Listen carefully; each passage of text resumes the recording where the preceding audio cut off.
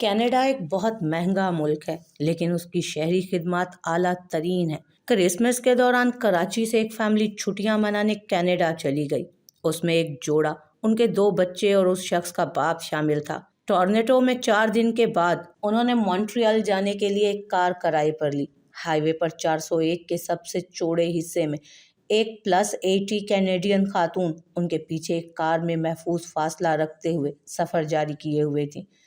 بچے پچھلی سیٹ پر بار بار پیچھے دیکھ رہے تھے اور کینیڈین خاتون کو ہاتھ ہلاتے جو مسکرا کر جواب میں ہاتھ ہلا دیتی۔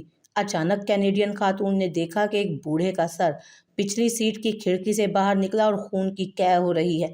اس نے اپنی کار سائڈ پر روکی اور فوری طور پر امداد کے لیے 911 پر کال کی۔ بہت جلد ایک ایمبولینس ہیلی کاپٹر نمودار ہوا۔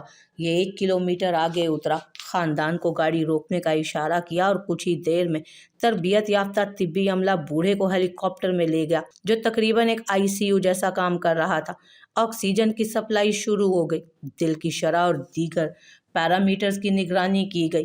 ایک ماہر MD ہدایات فراہم کرنے کے لیے ٹورنٹو سے کال پر تھا۔ آدھے گھنٹے میں بوڑھے کو محفوظ اور دوبارہ سفر کے لیے فٹ قرار دے دیا گیا۔ ان خدمات کے لیے ان سے $3500 وصول کیے گئے۔ ایک متوسط پاکستانی خاندان کے لیے یہ بہت زیادہ پیسہ ہے۔ اس غیر معمولی اخراجات کے ساتھ پاکستانی صدمے میں تھا اور اس نے اپنے والد کو بڑی افسردگی سے دیکھ کر کہا، ابا جی، پان کھا کر باہر تھوکنے کی کیا ضرورت تھی آپ کو؟